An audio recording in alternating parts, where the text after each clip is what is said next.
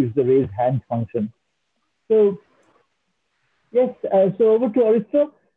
And just a very quick point is we are recording this session. If anybody has a problem, please let me know.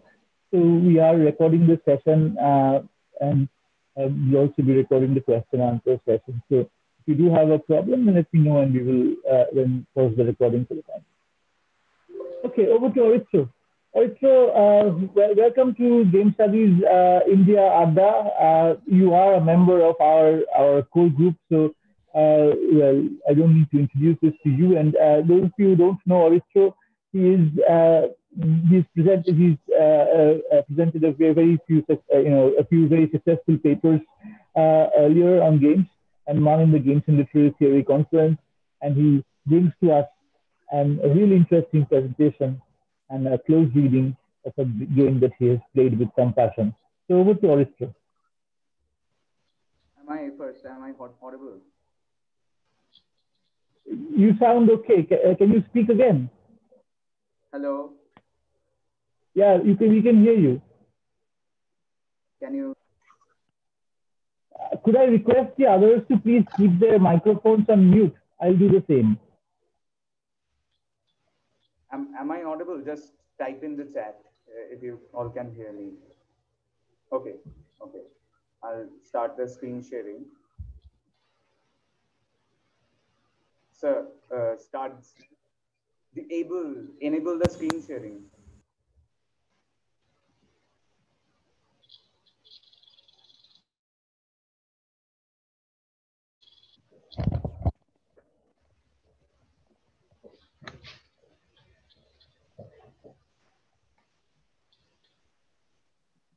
It's not saying anything to me yet.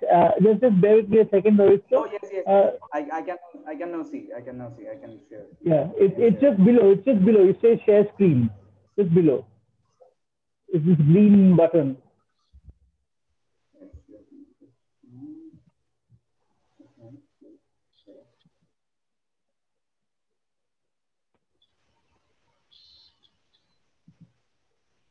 It's visible, right? Okay, cool. Yes, it's visible. Yeah, cool. I'll be starting my presentation right now.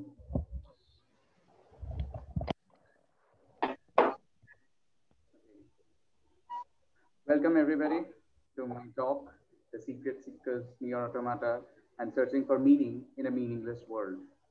Here I'm going with different premise, and I'm not going to talk about both the game's plot. I'm going to talk about one game's plot and do plot analysis. And for the other game, I'm going to do a somewhat different thing. I'm going to cover the fan base of the other game. Let's start off with the talk. In NieR Automata, you play as these three different androids during different parties. The androids are fighting a genocidal proxy war against the robot life forms on behalf of their respective creators, the humans and the aliens. Both of them are trying to secure their own creators. The game, like other Japanese RPG tropes, hints at the prospect of killing God, that is, the human creators. But after playing the game, it's discovered these gods and they are only alive as a concept to give the automatas a purpose to fight. This loss of predetermined purpose, the game asks and meaning. This searching for a preordained purpose for life echoes our similar finding higher purpose, not just in life, but just about anything. To illustrate this in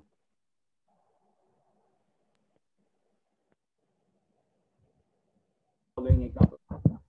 This is a picture from the game Shadow of the Colossus. In this game, you play as Wander, who trespasses a forbidden land in hopes of reviving Mono, a dead girl.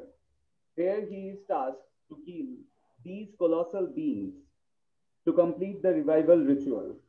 But by the end of the game, upon Mono's revival, it turns out that these colossi were innocent guardians, keeping the polyphonic monster dormant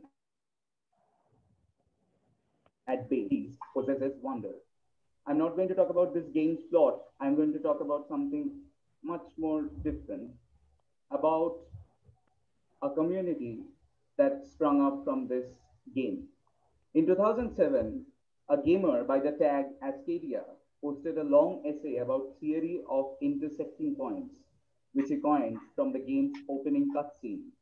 He said that these four glyphs present in the central temple of the game world and on charting lines between the game locations, those lines intersect at a point in the map, which may hold clue to the game's final secret. Ascadia's post soon gathered others who quickly started commenting on the game's unorthodox geometry and architecture, and soon began a decade-long search for which spanned 5,000 individual posts of 17th Colossus. It is well recorded that Fumito Ueda, the game's director, had initially planned for 48 colossi, which was finally cut down to 16.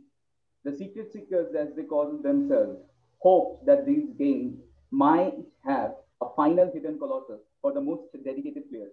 And this was and this wasn't unusual, as games tend to have hidden bosses and endings. Castlevania, for example, famously acceptable with an optional item. And true enough, in the game Shadow of the Colossus, secrets were being found. There was this detailed garden located at the top of the central temple, which could be accessible with a large enough stamina pool that the amount that can be amassed only after multiple playthroughs of the game. Apart from geographic analysis of the terrain, the seekers went to the esoteric wormhole of literary illusion, connecting the game about Cornish legends by Robert Hunt. Some Foramites were concerned about what broken rings in the desert meant, while others were asking whether their hypotheses were tried during their 16th playthrough, since the game had 16 colossi. Their claims were being debunked most of the time, yet they were hopeful to find a final colossus. There was also some level of animosity towards the naysayers. Amongst them, this is one of the most comment, which is startlingly self-aware. As you can see, the author writes, if you aren't a believer, don't come to the thread. It's the same thing with the church. If you don't believe in God, don't come. And then the author says that they have something to believe in, and that is all they need. This sparked my interest as because this sentiment mirrors the game's protagonist's wonders behavior and digging deeper to find a truth that they demanded exists. Well, as it will happen on August 2008, a different user by the name Pcall will post this unusual video where he is clipping through game walls and crossing the video game boundaries, showing the secrets behind every wall, door, and floor of the game. He was emulating the game, and so he could access areas beyond the game. As he clipped through walls, doors, he proves once and for all that there was nothing. The, the seekers had to face the music that there was no final hidden colossus. He had killed the proverbial white whale that the seekers were searching for. There was disappointment, yes, but Pcall also opened up a new horizon. He had uncovered after crossing the epistemic gap towards something far more real. Game world, inspired by Pcall, another YouTuber, Nomad Colossus, set out to comprehensively chart the game world Never before seen topography and architecture were soon starting to be seen. One of the most notable finds was this pristinely modeled dam, totally cut off from the playable area altogether. And this was present in the final game, only wasn't accessible. There were still some hoping to find in the community were still there for the knowledge. They had accepted the inexistence of the last truth, and now they had found a new purpose, just like the protagonists of NieR Automata. As mentioned previously, the NieR Automata's twist about dead gods isn't for the shock element. Rather, it embodies the central philosophy of the game. NieR Automata doesn't just suggest that life lacks and goes a step further in showing how we create meaning for ourselves in a meaningless world. To illustrate how the game does this, I will take the examples of these four in game characters who are robots named after other notable philosophers.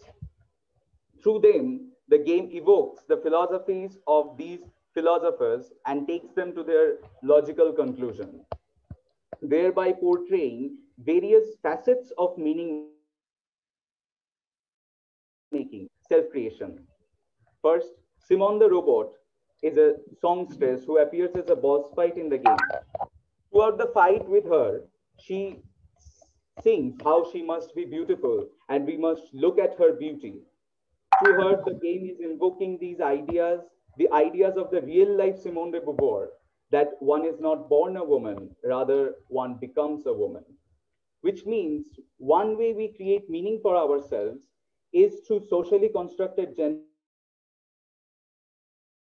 norms. Simone the robot in this game cannibalizes other machine lives in her quest to become more beautiful. She is, as the real Beauvoir pointed out, literally performing her gender role for someone else's gaze. These idea of meaning making gets subverted when the game, through a brilliant use of adaptive camera work, takes the player's control of the camera and pushes it away from Simone, the robot, while begs us to look at her beauty. Thereby, the game shows how her self making through beauty, independent of anybody else's gaze, loses its meaning. Another character, Jean-Paul Sartre. Jean-Paul Sartre, the philosopher's idea of existentialism, has a simple starting point. Existence precedes essence, which means a person's experience and choice defines the world else. And the only thing that is common to all of us is to know of our own existence and consciousness. Individual consciousness is an answer for Jean Paul to the existential riddle and proof of our free choice.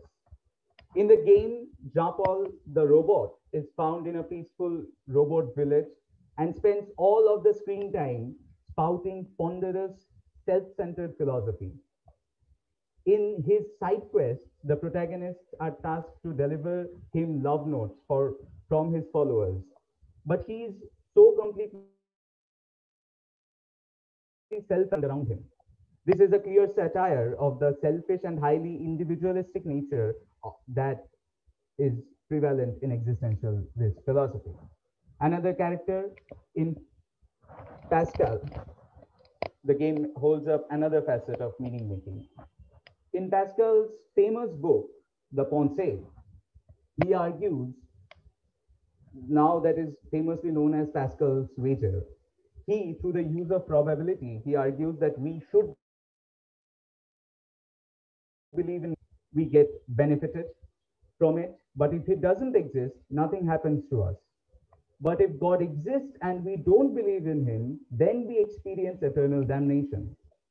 This argument is primarily rooted in fear, fear of death and fear of hell.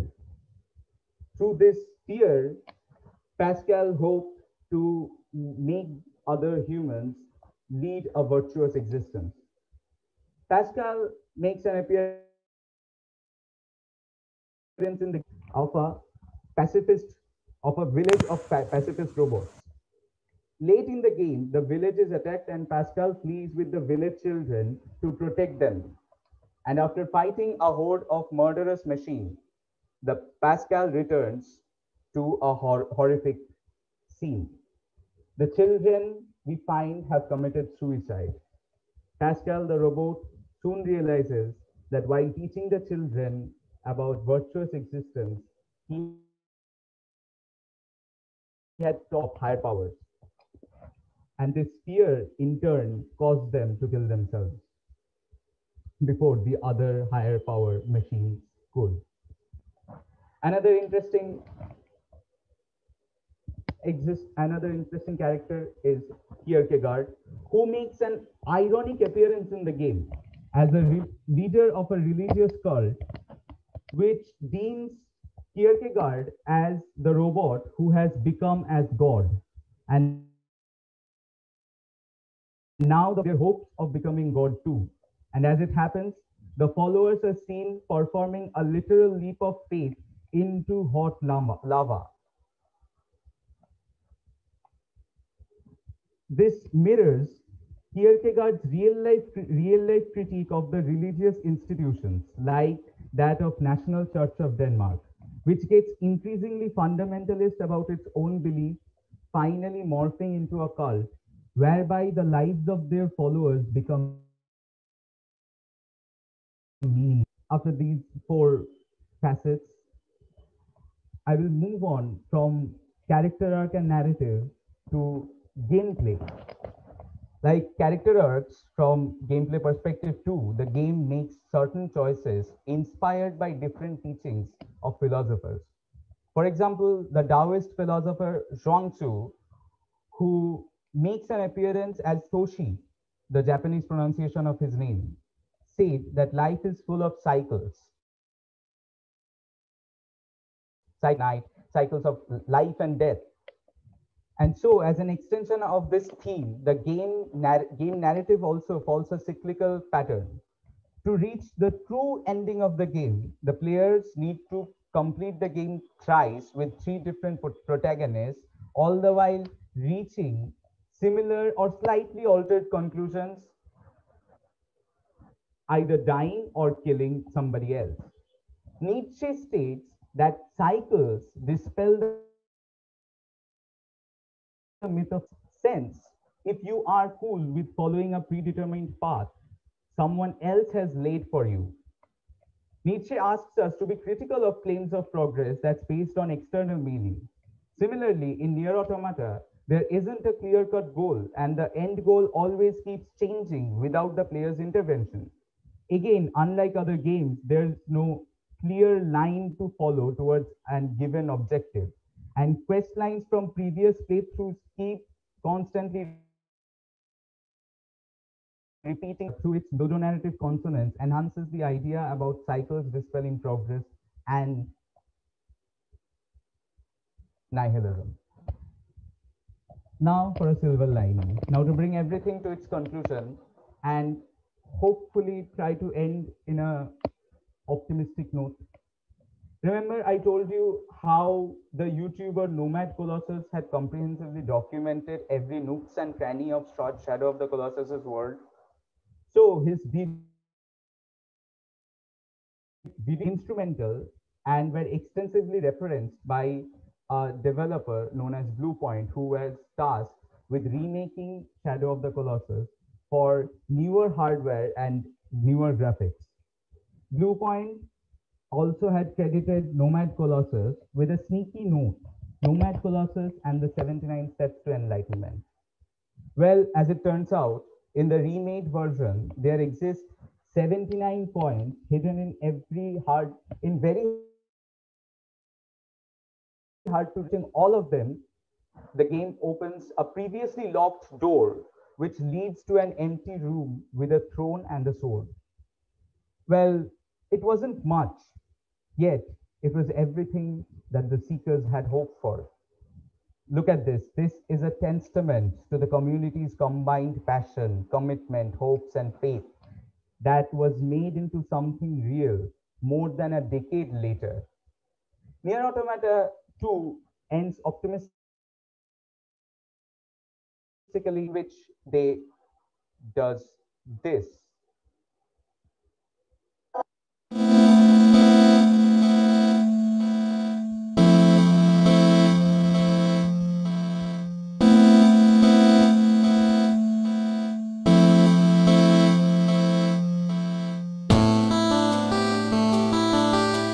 The defense program has initiated a purge. If this continues, our consciousness data will likely be deleted. Pod 042 to Pod 153, Droid's Project Yoha plan. We had no capacity for emotion, but when we six were connected and exchanged information, something... In the credits of the final 2 ending, the game turns it into a bullet hell section, and which is insanely difficult to complete on someone's own. So every time you fail, the game asks different questions and asks whether you accept. But if the player keeps getting back up after each defeat, the game finally tells you that a player who has sacrificed themselves has offered to help you and asks whether you will accept that player's offer. Well, if you choose to accept the offer, the background score crescendos into a chorus.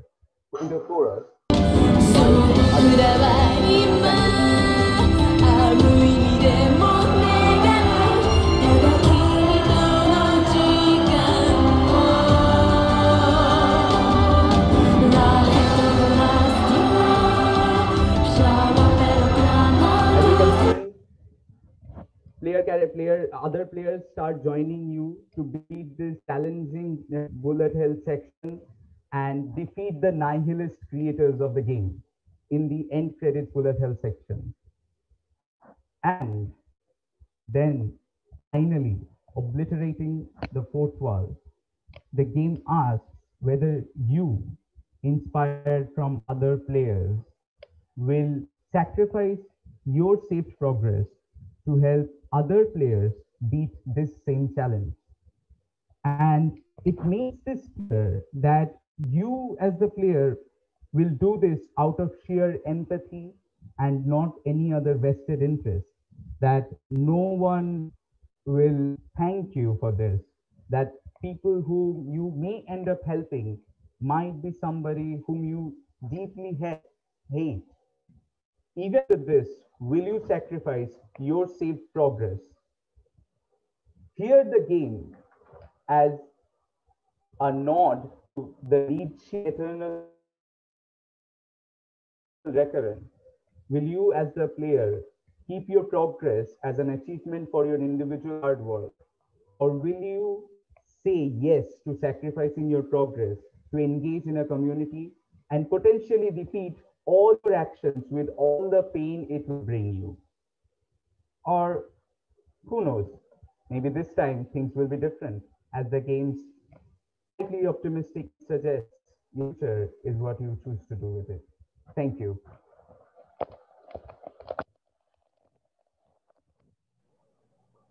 Thank you very much, Aritro. And I'm sure if this were a kind of a physical conference session, we would have heard thunderous applause, which is certainly happening in the background for sure.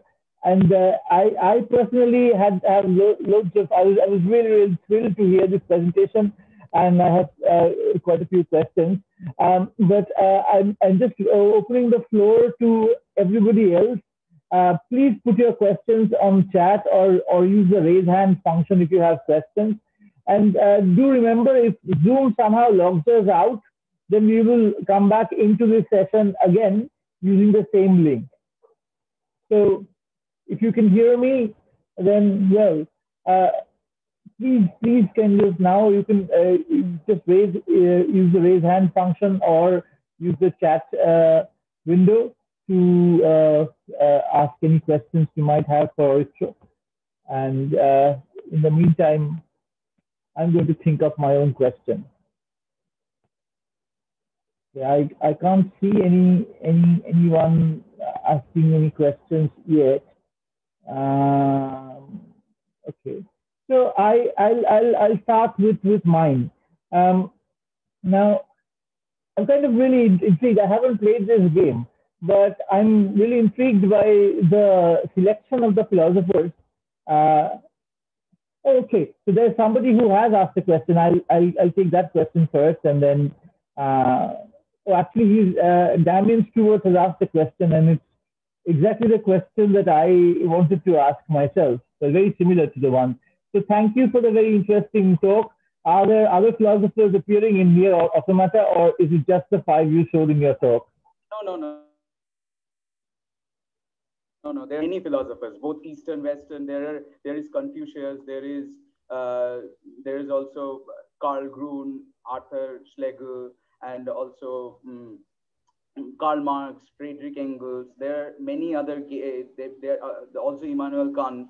There are many other side quests, and the games main quest is not really the game's point, and there are several side quests, and through these side quests, the game takes up different philosophers' philosophical conclusions. I was just taking up these four for in time limitations, and also to better explain my point. There are also other philosophers with who appear in the game at different points of the story, and whose philosophies are also tackled in this game. This game is built upon their philosophies also. Anyone else wanting to ask other questions on this line or something else? Okay. Okay, Damien says thank you. So I had a question also a different one, which is about empathy. So the last part of your paper, you showed this breaking of the fourth wall scenario, this fantastic thing where other players are able to kind of sacrifice and aid in the players in completing this sequence. Uh, Now, there is of course this kind of understanding of empathy, the involvement of human empathy. But your talk was about kind of also about kind of automata, about the digital. So I am intrigued to think about what about machine empathy? Does the machine show empathy? Again, this is just this, going back to Philip K. Dick or like replicants. The whole idea, the whole premise is Tell me, sorry. Actually, in the game, what it does, as I said, that there are multiple playthroughs and we need to go through it repeatedly. In the first playthrough, the game always suggests that the machines have no emotions and emotions aren't permitted. That they always are pointing towards this, and they make us believe that it's actually true that they don't have beliefs and they don't know empathy, but it shows in the game. Later on in the second playthrough, as you go, you find out that the robots that you have been killing, that they have been acting out against you to they have been acting out against you only to save themselves, and they also to save their own families, and the robots are also growing these kinds of consciousness, these emotions. While there are robots who has formed a pacifist village with other pacifist robots, where they are against fighting, and they're preaching pacifism both in robots and in androids. So these consciousnesses, they are growing, and the game suggests that this is happening because robots are completely following whatever humans did. Robots are completely following whatever humans did. For philosophers' names, this is also not a coincidence. This is actually explained that these robots had some point of time found out these philosophers' names, and they are reading, for example, or somebody else is reading and telling them. And in the game also, there are several robots. For example, there's a war robot who finds it's all meaningless because eternally they are fighting with other androids, and they're seeing that they are not really winning. And since they were said that the robot will, the war will sometime end, and uh, they will win over the other androids. So at that point, the robot finds it all hopeless and pointless and commits suicide, not out of programming, but rather out of slowly growing these other these other emotions. They are slowly growing these emotions. So the game also goes in extra way and shows that existence precedes essence. Oh, wonderful. So thank you very much. I have two other questions. I had more to ask you on this, but let's go to the other questions, which is there's one question from Shujoy who is saying that I'm interested to know about your interpretation of Emil. So I'm sure you know Oh, what you're talking about. So I I don't think I will be able to explain that because that needs a context of the previous game, the NieR from NieR series previous game. Emil is, yes, Emil is a character, but he has been kept as a Easter egg character, and his quests are actually filler for his appearance in the previous game. So you will need to have the previous game's context. So I won't be able So to explain that in this talk. there is the other question from Kjarrgaard. It says it was a very enlightening talk. As someone who has played the game, I wanted to know how you feel the soundtrack of the game adds to the philosophical issue that it deals with. Oh, so how the soundtrack? So one thing that the game does is there are moments in the game soundtrack. There are some songs which have been written in normal English or Japanese, or basically our known languages, real world languages. There are other songs, other times when they have different language. That language as the game's called, as the game is called in itself inside the lore, that it's actually chaos language. And it does two way. For first of all, for example, in case of Simone's character, the as she is performing her femininity and to portray that she is performing a song, she is singing that I must be beautiful, which is initially caption, but it starts speaking. The song starts as the song goes on. It's in the different chaos language. So I think to some extent that what the game does here is for times. For example, in the credit sequence, the famous song "Weight of the World," what it does, it directly conveys an information from the point of view of player. And in other times when the soundtrack is using chaos language, that is the time speaking, the soundtrack is speaking from the perspective of the automatas, not from the perspective of the players. If we can connect it with it and find it relatable, it's because we are on our own trying to connect with them, and we are on our own trying to empathize with these fictional characters. And that's why the game makes it clear that if you're connecting and if you're finding the soundtracks with language, that chaos language, relatable, then you yourself as a player are performing an act of empathy throughout the game. So, I hope that's that answer kind of that answers your question, Simone. So I have another question from Neil Nagbecker, and he says that cheers for a super presentation, Aritro. I was wondering if you had any background about the making of NieR Automata. Occurs to me that major players of Western gaming industry like Ubisoft or EA would not finance such nuanced existentialist themes in their games. How was this concept pitched and accepted? Well, NieR Automata was made by a very interesting director who's Yoko Taro, and his previous games have always had niche background, niche player bases, and even the previous NieR games, which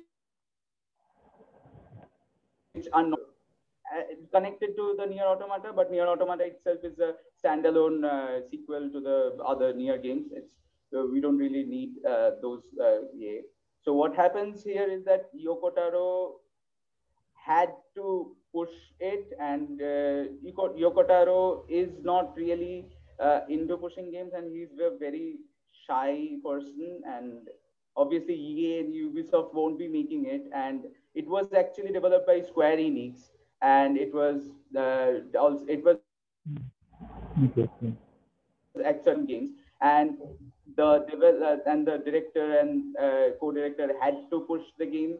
They have had some difficulties of actually green lighting the pitch, but they didn't really have that much difficulty because Yoko Taro is actually known for very profound games, and he had a good track record. That's why he faced troubles, but not really that much. That's why he could make No, it's a and yes, of fascinating course, point, this though. is a very different game. So I had a last question. If anyone else has any more questions, we'll just take one last question, and I'm going to ask mine as well. So my follow-up question to you from what I had asked you about empathy was that is the game itself also behaving as a philosopher? Because Yes, certainly, because as taking up other philosophers' philosophies and is actually taking them to their logical extremes. So the game's plot and game's theme itself is a dialectical process through which the game is trying to impart us a meaning, and it's actually pushing us towards a empathetic ground. And as I say that Yoko Taro for the ending credit sequence was actually back in 2004 or 5. There was an advertisement campaign from Coca-Cola where between India and Pakistan, they put two machines on both the sides and asked people to make a graffiti. So Yoko Taro was inspired from this ad campaign and thought about how he could how he could make players from different countries and different places instead of being part of league. Why not they should go up there and actually go for showing empathy, and he also makes it clear that it is not really pushing us towards it, because as the game has built up its argument about free choice, free will, that we must make our own choice. That's why the game asks us whether we will be sacrificing it. But yes, the game has a leaning towards making the see that you will not be able to end the credit scene with alone solo. People have done it, yes, but it's completely insane to complete it, and it's so very challenging. It's made to be that much challenging that you have to take other players' help. That's why the game does this. So it thereby it makes you take the help of other players, and thereby creates an helping other players in from your turn to, also. So yes, I would say that the game itself is making a new point about not about that our life being meaningless. Rather, it makes a point that how we as humans can make meaning for our engage in self creation critically. So critically, how can we make meaning for ourselves? This is what the game focuses on. That's excellent, Aritro. So I have one last comment from Lakshmi. Oh, there are two more. So a comment from Lakshmi. Hi, Lakshmi. Nice to see you here. So not a question, but I feel like we need to discuss that the CEOs of Square Enix and Platinum are bosses in the NieR Automata DLC. And well, so that's one. And also another one from Samya Roy. Mm, just an add-on question: does the game poke fun at themselves like the Nolan North voice that Tool does? So they're related points. It's, yeah, it does sometimes, but it does actually poke fun at many of games gameplay mechanics. For example, it's actually this, as I said, there is this cyclical pattern of completing the game multiple times. So this is actually a meta commentary. Previous NieR games where also especially in Yoko Taro's other games, also Drakengard series, in those games also you need to play play through multiple times to actually reach the end credit, and it's actually an imperative. So it was through some extent, I mean, people won't be getting this meta commentary unless they have played the previous games and actually can get what. Yes, in the multiple playthroughs, they are not only building upon the philosophies of life cycles. It also goes to some extent.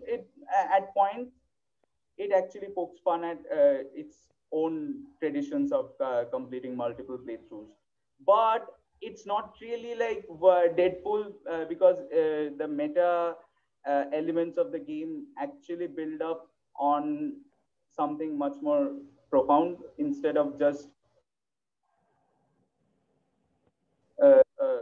fourth wall breaking and mocking itself.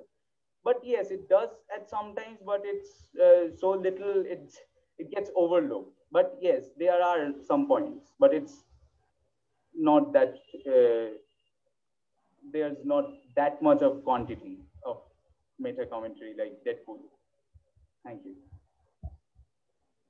So thank you very much, Aritro, and thanks to all of us for asking these questions and for engaging in debate. And I hope that all of you will actually kind of keep in touch with us. And okay, there's one last question actually. Shall we just take it, Aritro, or it says, okay, this is absolutely the last question. Will users be the victim of contradictory philosophy as being connected progressively into the characters virtually? Wow. Okay, this is for you to take. So, victim of contradictory philosophy as being connected progressively into the users. No, that what the game is doing, what the game does is that it, unlike other role-playing games where the player needs to take matters into their own hands and they need to make the decisions about other characters and what they will do in the game. Several times it happens in different other RPGs also, where there are two warring factions. Faction will win, will decide on the player's choice. Rather, this is something that is actually not happening in this game, because you here are not making decision for others, as the game makes it clear that everyone needs to have free choice, and everyone does have free choice. So all these characters, I am saying that all of these characters, they are essentially there for putting elements of the game, but they are not there for asking you that, for example, like in Life is Strange, there is a choice that will you save option A or will you save option B. The game in this case doesn't do that. But whenever it does ask you that will you be deciding on this one or that one, because in the final third playthrough, the game asks whether you war with each other. So the game then asks whether you will play as character A or character B. Here, I wouldn't say that you become a victim of this contradictory philosophy, because again, as it happens, if you play as one character in the first playthrough, it's obviously on your own choice because you support that character or not. And if you support that character and you choose that character, then you go through and end it, and then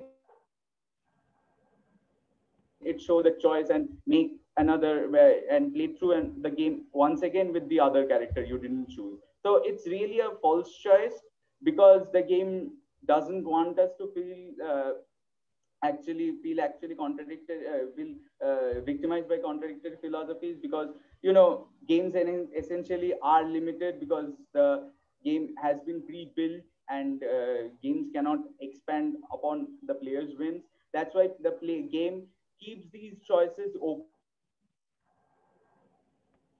and they don't matter so much to victim you. But when it does, for example, the final choice is totally upon you, and whether I don't think it makes you feel a victim of contradictory philosophy, because you can, yes, very well give up your not give up your save progress. You can keep it, and the game doesn't actually moralize this. Doesn't say that you are inherently bad or you are inherently income. Doesn't say that you should choose this option, because now the game is giving you a true choice that you will need to make, that will you sacrifice the save or will you not sacrifice the save. If you do, the game doesn't say anything. If you don't do, the game doesn't say anything. It's totally your choice, and the game doesn't victimize you for that, if that explains. So, so thanks a lot, Aritro, and thanks again, all of you. And although we would like to go on for much longer, we will have to close today because of time constraints and Zoom constraints.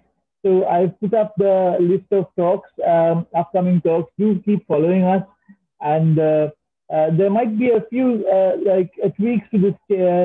So it might be that Shobik Kaur might be presenting before Rico Banerjee, or we will be just kind of please do look at the page, and we will keep announcing.